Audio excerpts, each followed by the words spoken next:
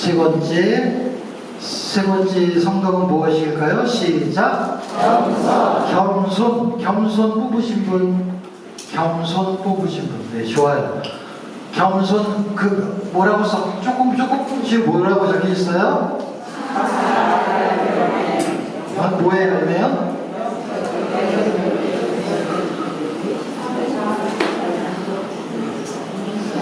쉽지 않은 내용이에요. 자, 볼게요. 자, 겸손 뭘까요? 겸손. 네, 파견미사 때 반주 있어요? 파견미사 내일 할 건데 반주 하실 감사합니다. 안예스 자매님 해주세요. 반주를 할 줄 아는 사람이 두 분이 손 들었는데 12명 있는 줄 알아요, 내가. 무슨 얘기냐면, 잘 보세요. 겸손이라고 하면, 우리는 세상에서 겸손이라고 할 때, 전 못해요. 난 못해요. 이렇게 하는 사람을 겸손하다고 얘기를 해요. 그죠? 근데, 요거는 성모님이 보여주시는 겸손이 아니에요. 겸손은 자기 자신을 드러내지 않는 것을 겸손이라고 생각을 하잖아요. 그죠? 그런데 영성적 의미의 겸손은 무엇이냐면 자기를 드러내는 거야. 자기를 드러내는 게 겸손이에요. 그러면 드러낸다 라고 할 때 껍데기가 있어요. 그리고 참자라는 게 있어요. 껍데기 뭐냐면 나 이거 옷 샀다, 나 이거 옷 새 옷이다.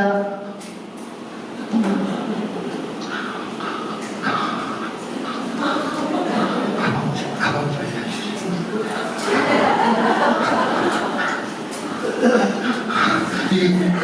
이게 샤넬이야. 일부러 막 흔들면서 무슨 얘기냐면 껍데기 자아라고요. 페르소나라고 해요. 껍데기 자아, 가짜 자기예요. 가짜 자기를 막 드러내는 거야. 그러면 왜 드러내냐면 그러면 이 껍데기를 통해서 다른 사람이 나를 가치 있게 봐주는 거예요. 그걸 믿는 거야. 완전히 환상이에요. 그걸 믿다가 그래 한 30, 40대 정도까지는 괜찮을 것 같아 그냥. 그런데 살 만큼 살았는데도 아직도 그러고 있어. 그러면 문제가 있다는 거죠. 잘 썼습니다.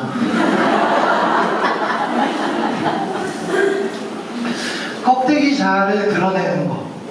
껍데기 자아, 나 이런 사람이야. 가 아니라 하느님께로부터 온 나를 참 자아라고 합니다. 하느님께서 저에게 이 옷을 입혀주셨습니다. 하느님께서 저에게 엄마가 되게 해주셨습니다. 하느님께서 저에게 시어머니가 되게 해주셨습니다. 하느님께서 저에게 사장 옷을 입혀주셨습니다. 그 참 자아를 말합니다. 하느님께서 나에게 입혀주신 옷, 하느님께서 나에게 피아노 치는 재능을 주셨습니다.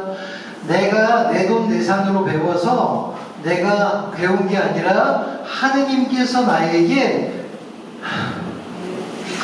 어렸을 때부터 배우고 싶었는데 손가락이 2개가 없는 사람이 있어요.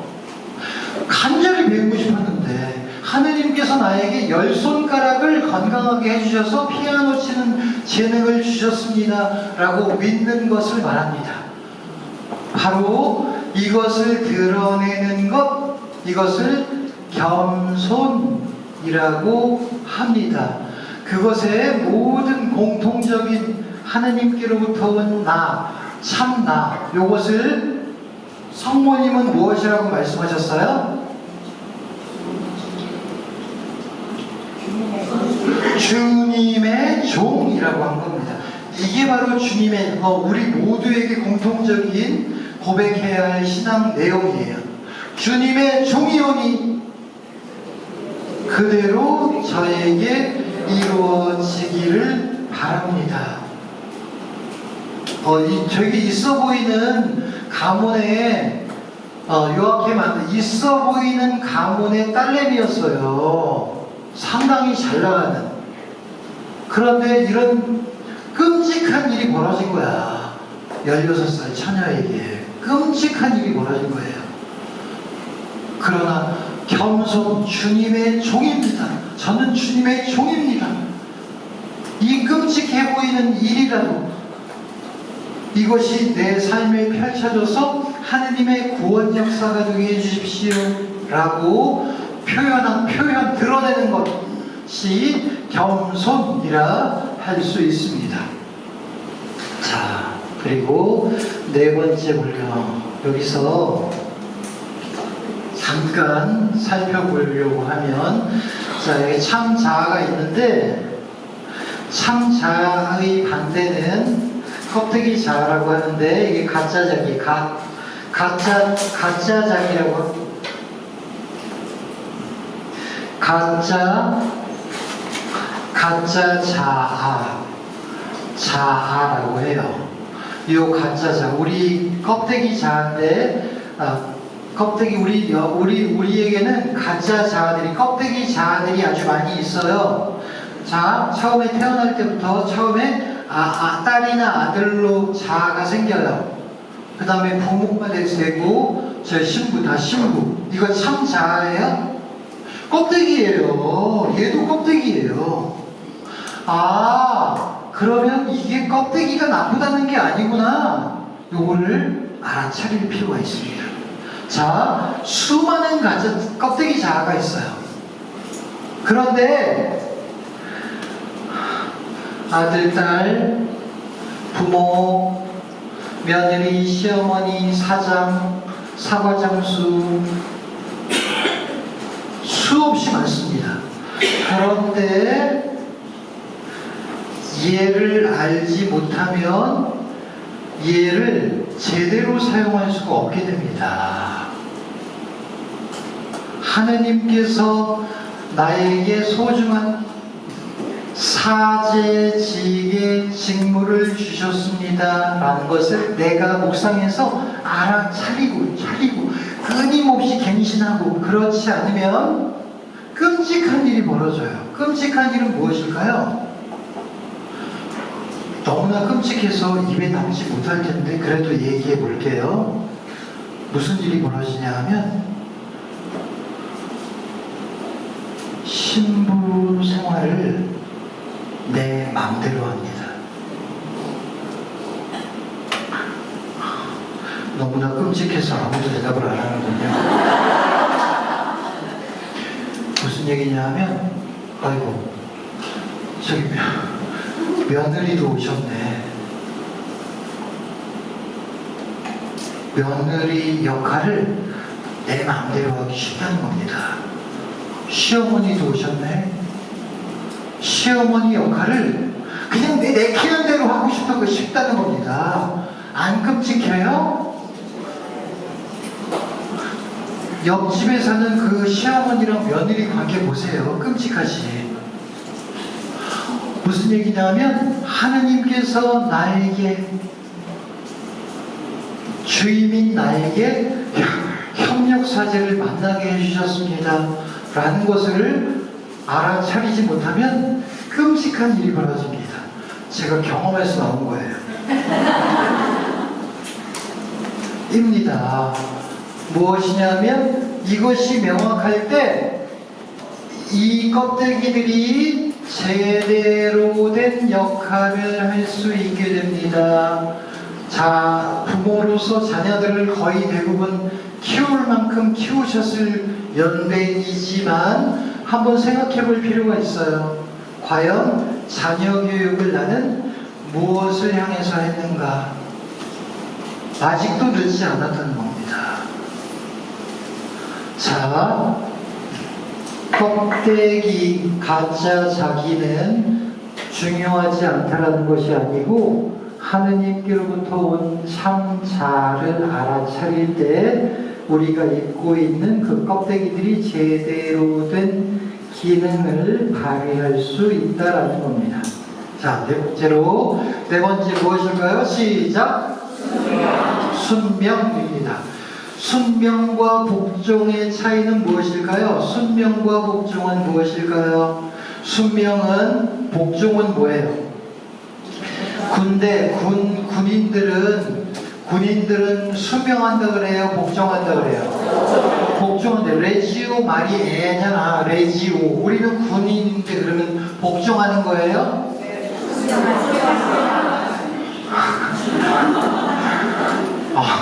우리는 그 군대, 영적인 군대이기 때문에 복종이 아니고 순명입니다. 자, 레지오의 단원들이 우리가 특별히 주의해야 될 거예요. 무엇이냐 하면, 상급단체에서 내려온 거니까 단장님들이 특히 조심해야 돼요. 상급단체에서 내려온 거니까 복순명하세요.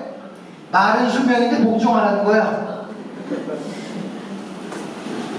복종이 아니에요. 복종이 아닙니다. 순명은 무엇이냐면 내가 스스로 그 선택을 하는 것을 순명이라고 합니다. 자, 성모님께서 주님의 종이오니 그대로 저에게 이루어지기를 바랍니다 라고 말씀을 하셨을 때 순명 뽑으신 분들은 거기에 뭐라고 적혀있어요? 작은 글씨로 믿어야만 순명할 수 있습니다. 이 일을 통해서도 내가 하느님의 뜻이 내 삶의 섭리가 펼쳐질 것을 내가 믿을 때, 그것을 믿을 때 순명할 수 있습니다. 내 계획, 내 생각, 내 가치관을 믿을 때는 절대로 순명 안 해요. 복종은 해요. 아이고 내가 해주지 뭐. 내가 해주지 뭐. 가 아니라 이 일을 통해서도 하느님의 뜻이 나에게 이루어질 수 있기를 희망합니다. 입니다. 자, 다섯 번째 무엇일까요? 시작! 감사 뽑으신 분 손 들어보세요. 자, 중앙에 다섯 번째 정 가운데 있죠? 모든 것에 아주 중요한 균형을 잡아주는 성덕이라고 할 수 있습니다.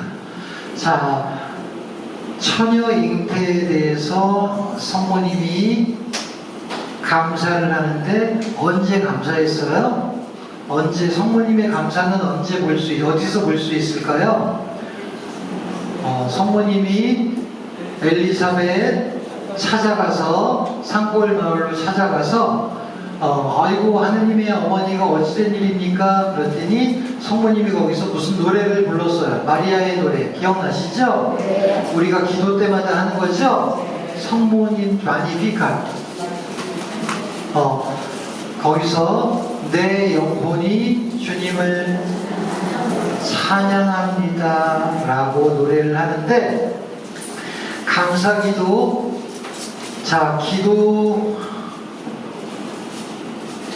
중에서 기도가 여러 가지가 있는데, 기도도 이제 3단계 때 배워요. 3단계 때 기도 강의가 많이 있어요. 전문가가 알려줘요. 저는 기도 전문가가 아니라서 난 잘 몰라요. 누가 알려줘요, 기도? 그 인간. 김경진 신부가 알려줄 거예요. 그 인간이 와서 여기 알려줄 거예요. 자, 그 인간 내일 와요. 자, 기도에는 여러 가지 영경기도도 있고 무슨 기도도 있고 청문기도도 있는데, 그 중에서 최고의 기도는 무슨 기도라고 그랬어요? 감사기도라고 했는데, 뜻밖에도 감사의 기도보다 더 높은 등급이 있습니다. 무엇일까요? 훌륭합니다. 어떻게 알았어? 이거 맞추기 어려. 누가 얘기했어? 찬양. 거기 있어요? 나 이거 다음에 지워야지. 찬양입니다. 저절로. 자, 보세요. 찬양 무엇이냐면 저절로 터져 나오는 거예요. 저절로. 입으로 터져 나오고 온몸으로 터져 나오는 거. 이것이 찬양입니다. 자, 마니피캇은 감사기도의 최고봉인 찬양의 노래입니다. 내 영혼이 주님을 찬양합니다. 비천한 여종을 하느님께서 비천한 여종을 돌보셨습니다. 지금 이 노래 언제 한 거예요? 처녀 잉태를 하고 나서. 황당하죠? 믿음이 없는 사람이 들을 땐 황당합니다. 바로 이 감사의 기도입니다. 자, 여기도 똑같아요. 자, 이제 중요한 패턴을 읽어낼 필요가 있어요. 감사에도 세 등급이 있습니다. 세 등급 감사. 자, 뭐예요? 첫 번째 뭐예요? 좋은 것에 대해서 감사하기 쉬워요. 그죠? 그런데 우리한테는 쉬운데 좋은 것을 하느님께로부터 받았음에도 불구하고 감사하지 않은 인간들이 있어요? 없어요? 어디 있어요? 몇 번 땅이 있어요. 자, 두 번째로 감사해야 되는 두 번째 등급. 자, 보세요. 지금 영적인 수준을 얘기하는 거예요. 영적 수준이 있어요. 좀 야속하게 들릴 수 있지만 영적인 수준이 있습니다. 동물적으로 영적인 건 무사하고 동물적으로 살아가는 사람들이, 동물적이라는 건 뭐예요? 오직 육체 중심으로만, 물질 중심으로만 살아가는 사람들이 성당을 다니면서도 그런 사람들이 있을까요? 없을까요? 있어요. 감사. 두 번째 뭐예요? 거기 뭐라고 썼지? 평범한 것. 평범한 것 혹은 당연해 보이는 것. 당연해 보이는 것. 아까 얘기했죠? 손가락이 10개 있는 것. 손가락이 10개 있는 것. 1단계 성모신심 입문 1단계 레지아 교육에 오신 여러분들을 모두 환영합니다. 정말로 가고 싶었는데 못 온 사람이 있어요? 없어요? 있어요. 주 6일 근무 때문에 못 온 사람이 있어요? 없어요? 있어요. 너무나 당연해 보입니까? 너무나 당연해 보입니까? 나는 과연 감사할 수 있을까? 세 번째는 뭐예요? 힘겨운 것 안에서 내가 감사할 수 있을까? 내 인생이 주어진 십자가처럼 보이는 것 안에 감사할 수 있을까? 분명히 믿습니다. 믿을 때 우리가 반드시 감사회로 나아갈 수 있습니다. 분명히 그렇게 될 수 있습니다. 우리들 각자는 여기서 까르르르 조금 내가 몸개그 조금 하면 까르르르 웃잖아요. 그죠? 그런데 우리들 각자의 마음 안에는 숨기고 싶은 힘겨운 것들, 인생의 십자가들, 상처들 있어요? 없어요? 있어요. 그런데 그냥 없는 것처럼 숨기는 거예요. 그러나 여기서 성모님께서 우리에게 알려주십니다. 마리아야, 세리나, 클라라야, 아프지 힘내. 훨씬 더 커다란 축복이 너를 기다리고 있단다. 이렇게 우리에게 알려주십니다. 용기를 내시기 바랍니다. 자, 여섯 번째 볼게요. 여섯 번째 뭘까요? 시작! 무소유라고 되어 있습니다. 무소유가 뭐예요? 다른 건 아무것도 소유하지 않고 무만 소유해요?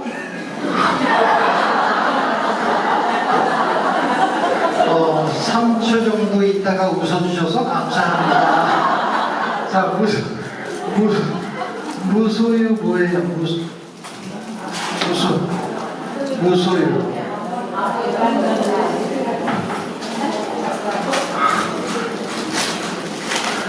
무소유 뭐예요? 무소유 하게 되면 뭐 하게 돼요? 성불하게 돼요.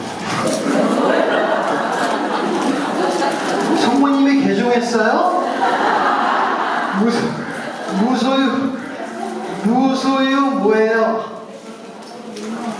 아이고, 무소유 뽑으신 분들이 알려주셔야겠네. 무소유 밑에다가 네 글자로 뭐라고 적었어요? 시작.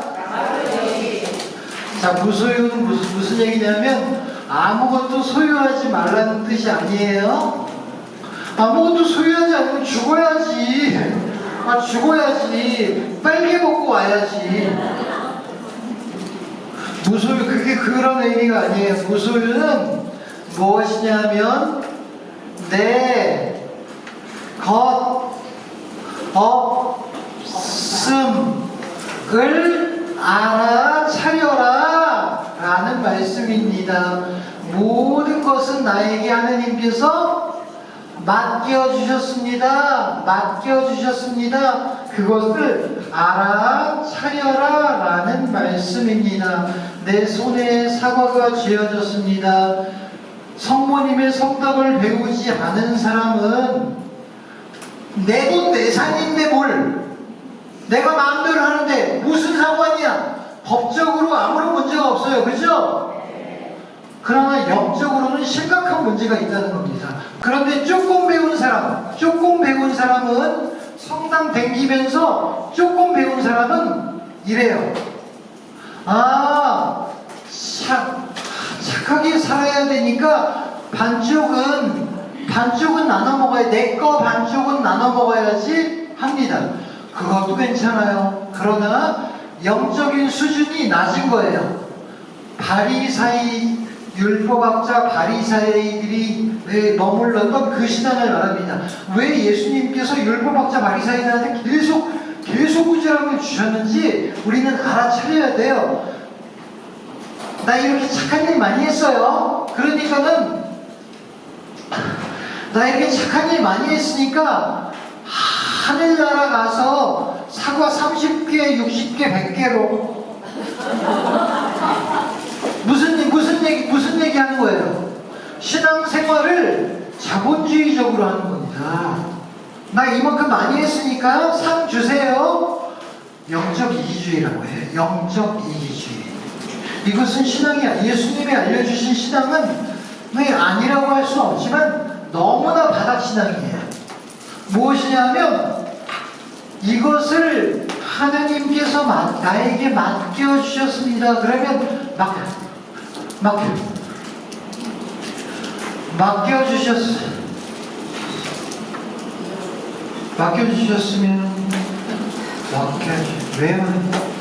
왜 맡겨주셨어요? 왜 맡겨주셨어요?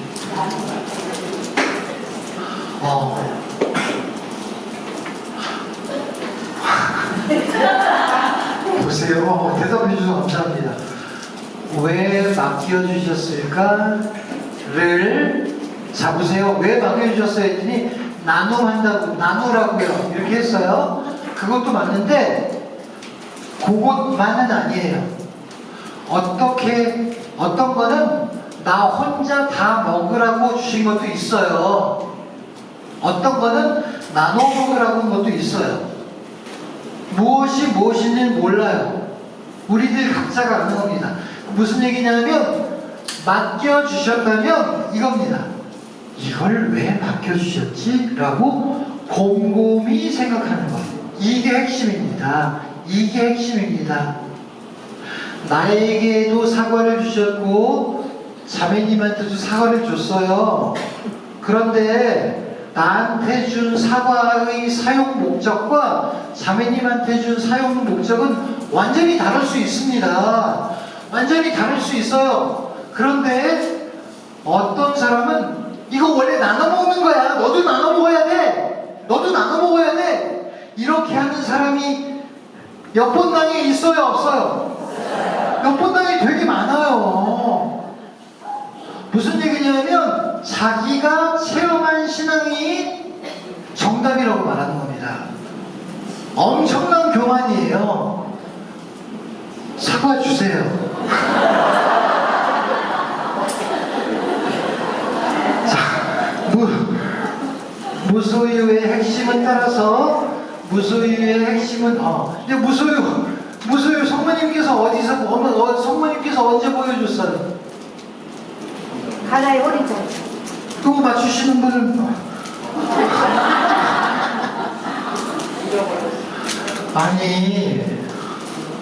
아니 진짜 파란만장한 마국간에서 났지, 이집트로 처녀 잉태했지, 신랑한테 파혼 위기 겪어서 어떻게 했지, 마국간에서 났지, 아직 잊어버리지 않고 이집트로 피서는 갔지. 그런데 어떻게 해서요? 얻은 아들인데 그 아들을 어떻게 해요? 성전을 봉헌하잖아요. 내 아들 아님.